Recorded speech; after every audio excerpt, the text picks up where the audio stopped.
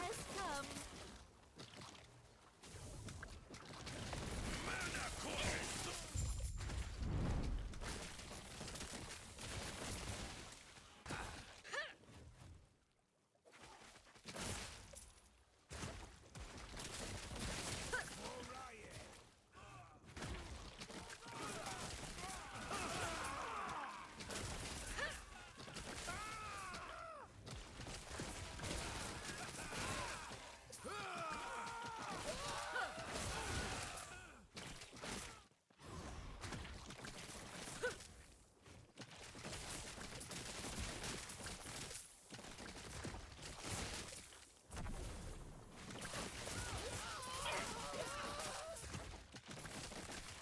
Will not take me.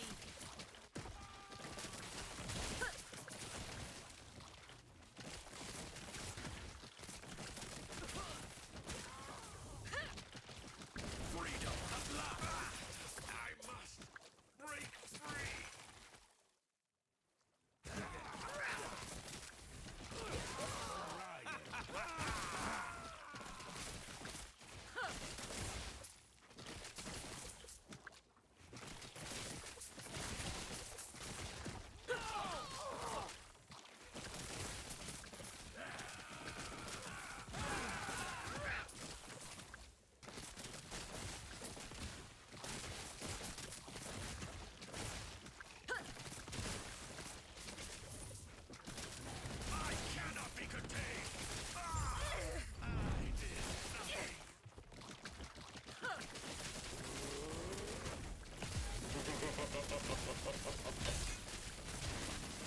Fight for nothing.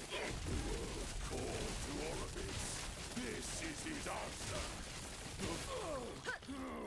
So Replat Lich, the point with this build is to use Replat as your main damage, and then also Marrow Charge is gonna be triggered with the Replat.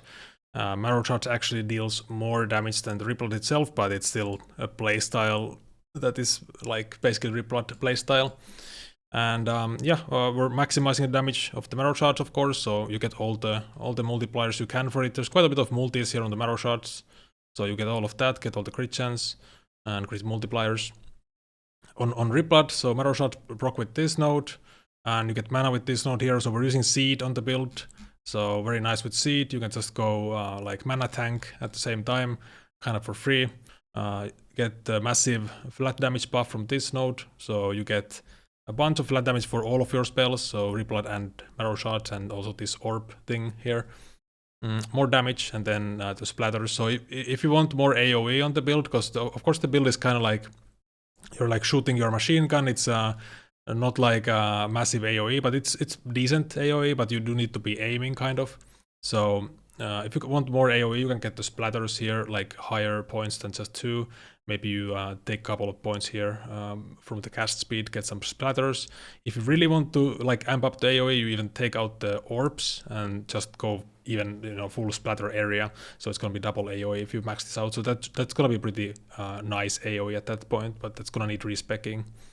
And Reaper, I mean, just pretty basic stuff, right? Just get all the damage, all the damage nodes, and we're doing physical damage on this build, so Fuse Pen is pretty good also. Mark here for the 25 minus all res on enemies, and then some tank armor and resistance stuff. Order of Decay is going to be physical damage, so gives you applies less physical res on enemies per int. So we're stacking a lot of int on this build, because you get also cast speed per int, 1% per 2 int with the Mad Alchemist Ladle. So, and it goes nice with this also. So, of course, this also applies minus physical res to you, so that's why the planner is gonna be like overcapped on physical res. But you also get 60% physical res here, so that also helps. But you do need to overcap a little bit at least, for sure. And then Bone Curse gives you more damage, so it helps with single target, helps with also AoE, with the explosion here. And I like to use the aura, so you don't need to manually cast it or anything, and it's kind of like always up, and this is kind of like a low range or like a medium range build, so especially because the Marrow Charge have like a very low range. So this AoE is kind of like a perfect AoE, so when you max this out, it's like pretty much the maximum range of the build is the Bone Curse. edge of the AoE. And if you want, you could also get bone armor here on kill. So 8% less damage taken. Maybe you take some points out of the damage or something, get some bone armor. So that's an option. Doesn't do anything for bosses though, but it's only on kill. And you don't want to take this node. So even though we are using aura, right, and it's gonna reapply the bone curse every time. Like I think it's once per second or something. But basically you hit so many times a second that even like this node does nothing basically, because it's gonna fall off the bone curse because you're hitting so much. But we're still getting all the other multipliers, of course. This gives you also a culling. That's nice. That's pretty much the skills. Kind of straightforward, pretty simple stuff. And yeah, and passives is just you know, usual for the base Lich 3, and then everything is on the actual Lich. So the base Acolyte is pretty normal, and then we're just trying to get a bunch of damage. You also get dodge per int, so that's some extra tankiness. So this build is like decently tanky.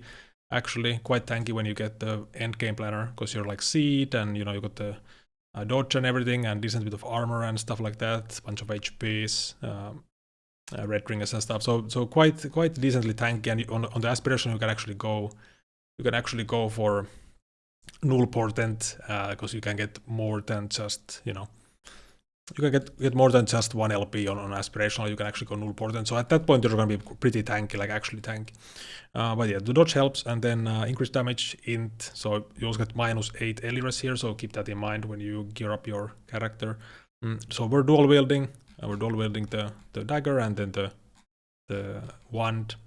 So you do get movement speed from this, but nothing else. But we like movement speed, so that's good. And then the low life node. So this makes you always low life, gives you more HP as well. Delayed hit damage for tankiness, some less damage over time taken. Crit nodes, int. So a bunch of int, bunch of leech and stuff like that. And yeah, the gear. So I would like recommend you to have at least the weapons before you play the build. I did play this build. I even level up with this build actually. So I did play this build with just nothing. Like the damage is good even early game, but you're gonna be super squishy, and like I would recommend you to have the weapons at least, so that way it's like you one-shot everything pretty much with the weapons, even just 1 LP. And yeah, I mean, getting up enough HP on the gear early on is very nice, but ideally use the leveling build, the Warlock, you know, the Acolyte leveling guide here. So use that one for the smoothest experience. But this one is also kind of like okay for leveling. But yeah, I would recommend you to have the weapons with 1 LP ideally. So that's a bunch of cast speed. Traitor's Tongue gives you a crit chance in the offhand. So lots of crit chance plus 2 skills, and then a ladle for you know, more spell damage per negative ailment, and a bunch of ailments on top of this. So we easily get the 8 ailments, of course, for 48% more damage. And yeah, cast speed also per int, of course. And then we're using a True Sight Glass Primordial on this build. So it is very easy to get a bunch of crit chance here. And you need to get basically 140% crit chance. So you need to overcap by 40% the chance. And then you get this like super crit, and that's why I have this like orange numbers on the gameplay there. So basically how you overcap it is, of course, Traitor's Tongue, the dagger, and then getting physical spell crit on D5 on the chest here. And you can also get idols with physical spell crit chance. So it's very like efficient, these stats. It's like way higher than like just normal crit chance. So really nice affix. And that's why also we're going for, like, one of the reasons why we go for Exalted chest here on the end game, because you need quite a few stats. You don't want to go like 1 LP null portent. And this is a very nice chest, like the implicit is very good. You can seal the increased physical damage. And then on the aspirational you go null portent with hopefully at least 2 LP. 3 LP would be very nice. So try to get the, like you must have the physical spell crit, and then the HP is very important also. And other stuff, Blood Mage Gloves, pretty normal stuff, right? Crit chance and hit damage taken over 4 seconds for bosses, rares. So it makes you much tankier while bossing. And then of course Immortal Vice, Shattered Worlds in the to swap in the aspirational planner, very strong items. Seed, so portion of damage is dealt to mana before HP. good for tankiness, and we're always generating mana with the Repload. So just free tank. I also tried the setup with the Frenzy helmet, and you know, of course, a different amulet because you can't use 2 primordials.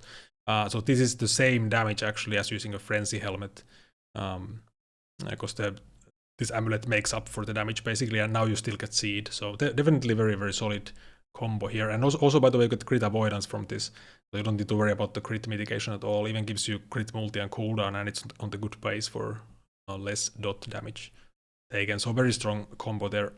The boots just for stats, so we don't care about the movement skill stuff. It's just increased damage, movement speed, resistances, and this goes nicely with the null portent as well. So on the aspirational, you get the fire as implicit, you know, so you can easily get all the rest overcapped except cold. So everything is gonna be like actually maxed for the null portent. Twisty Heart. So just stats. We don't cast a necrotic spell or elemental spell, and you definitely don't want to be converting, you know, Repload to necrotic just for the twisty. And you will replace this anyways with the Uber Relic. But so strength, cast speed. You want a lot of cast speed on this build, so you're like, you get this like machine gun gameplay, and you're like really fast, and you proc a lot of marrow shards and all that stuff, right? And it's gonna make, you know, it's gonna give you more DPS. It's gonna make the build feel much better as well. Brewmaster stats, so mostly the endurance right here. If you use a potion, you also get a threshold buff for endurance, but mostly the endurance. So capping endurance is very important on a Lich, of course. And I'm going endurance enchants on the idols, so this is 20% endurance from these 4 here, and the rest of them are just resistances. So res is pretty tight, so you wanna get the exact idols basically, if you are if you're efficient with the red rings and stuff. And yeah, that's pretty much the gears on this character. Pretty like simple build overall, very strong DPS. Like single target is really good. AoE is a little bit limited, but I like it a lot in maps also. So it's quite fast to farm with, and but you do need a bit of gear to get going. And yeah, like I said, like if you want to improve the clear, just, you know, respec some cast speed nodes, respec maybe even these ones, yeah, for mapping. If you wanna, like, the area here would be okay as well. But yeah, that's pretty much the build. Thanks for watching. I'll see you in the next one.